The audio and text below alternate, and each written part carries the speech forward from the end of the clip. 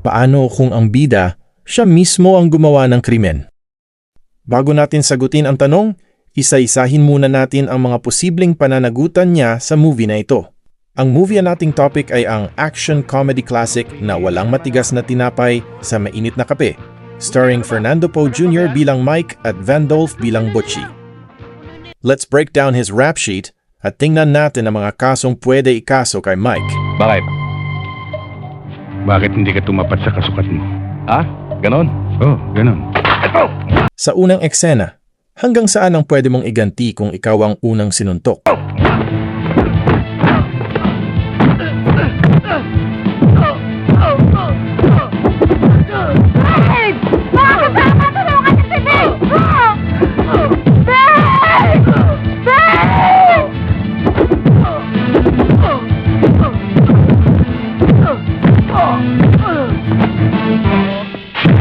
Yes!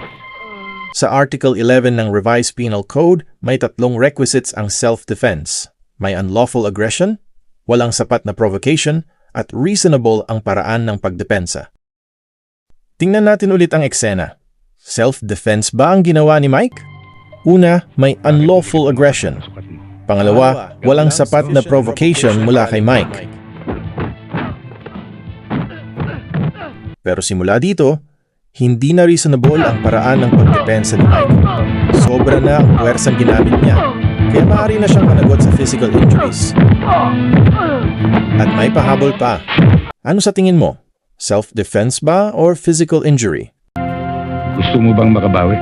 Pwede ba? Pwede.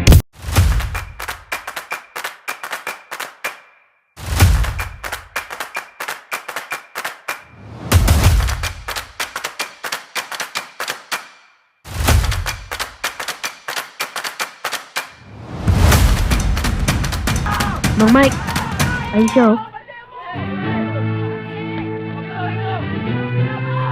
Ikaw nang bahala.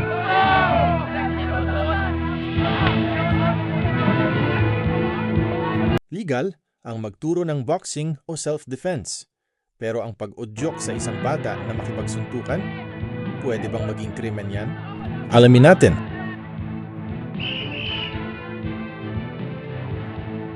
Magpapamatay yata ito ah.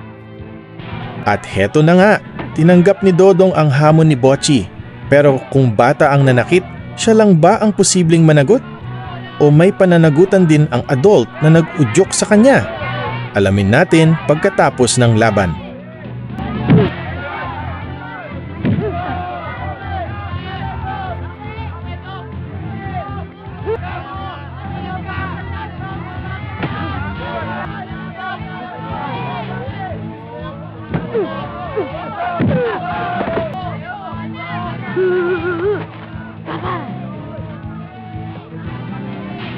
Lalaban ka pa?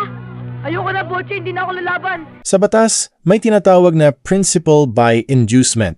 Kung mapapatunayang ang utos o pag-uudyok ni Mike ang naging direktang dahilan ng pananakit, maaari siyang managot bilang principle by inducement sa krimeng physical injuries. Pero hindi pa dyan nagtatapos. May Section 10, Paragraph A ng RA 7610 o ang Child Abuse Law. Pinaparusahan nito ang mga taong gumagawa ng mga kilos o kondisyong nakapipinsala sa development ng isang bata. Kaya kung isang adult ang nagtulak sa bata na makipagsuntukan, maaari ring maging issue ang probisyong ito. Kaya sa eksenang ito, ang tanong ay hindi lang may pananagutan ba si Butchie? Ang mas malaking tanong, may kaso rin ba si Mike? Mula sa pagiging bad influence sa bata, dito tuluyan ng kumulo ang kape ni Mike. Siya na mismo ang unang nanalasa. Si Mike ang unang nanakit kahit walang banta sa kanya. Kaya goodbye self-defense. Tandaan, sa batas, hindi pwedeng ikaw ang unang bumanat tapos kapag gumanti sila, sasabihin mong self-defense lang. Ikaw ang nag-umpisa ng krimen. Kaya sa eksenang to, automatikong pasok si Mike sa krimeng physical injuries. At depende sa lala ng tinamo ng sinuntok niya, pwede yang maging slight, less serious, o serious physical injuries sa ilalim ng revised penal code natin.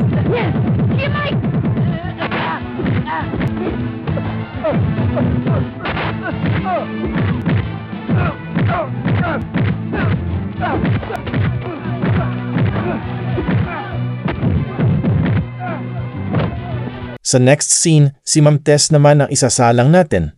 May sala nga ba si tita? Si Judge Labrador. Judge, si Mike. Kaibigan siya ni Chairman.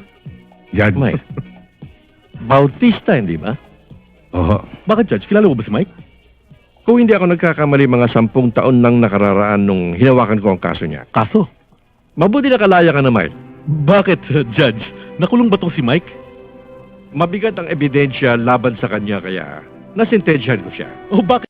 Dahil lang sinabi ng judge ang nakaraang kaso ni Mike, pwede mo na ba siyang akusahan na siya ay tumanggap ng suhol or isang bayaran? Bakit, Mike? Ano namang kalokohan ang ginawa mo para makulong ka? Ginamit mo pa ang lakas ng pera mo. Nag-imbita ka ng malalaking tao at naghanda ka ng todo-todo para lang mailubog mo ang isang tao. Pero sa totoo lang, ikaw ang lumubog. At ikaw, Judge, ngayon na ako naniniwala sa bintang na nabibili kayo. O, teka. Tumigil ka.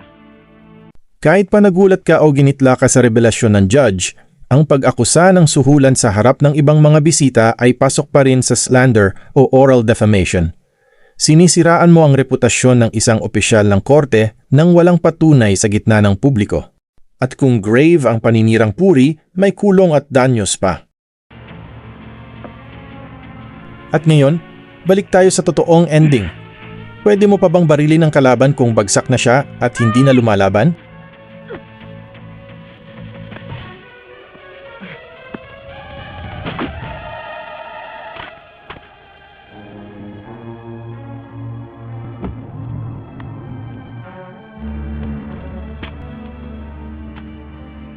Sampung taon na nawala sa akin.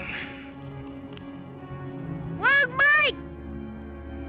Di ba, ikaw na mismo nagsabi sa akin na mahirap sa loob. Kapag tinuloy mo yan, baka hindi na tayo magkita.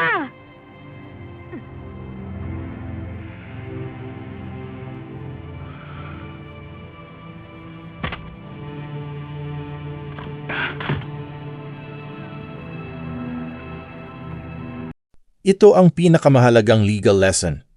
Noong mawalan ng kakayahang lumaban ang villain, natapos na ang unlawful aggression. Kung binaril siya ni Mike doon, hindi na yan self-defense. Krimen na yan na homicide o murder. Kaya tama ang ginawa niya dito. Eto, para sa mabilisang recap ng mga nagawang sablay ng ating mga bida. May violation ng RA 7610 sa pag-udyok sa bata. Physical injury sa unang banat ni Mike.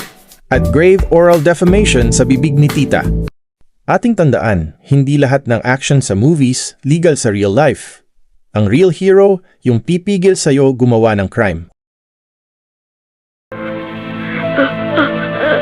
Mamatay na yata ako. Wotsi, huwag ka mamamatay. Pag namatay ka, papatayin kita. Oh?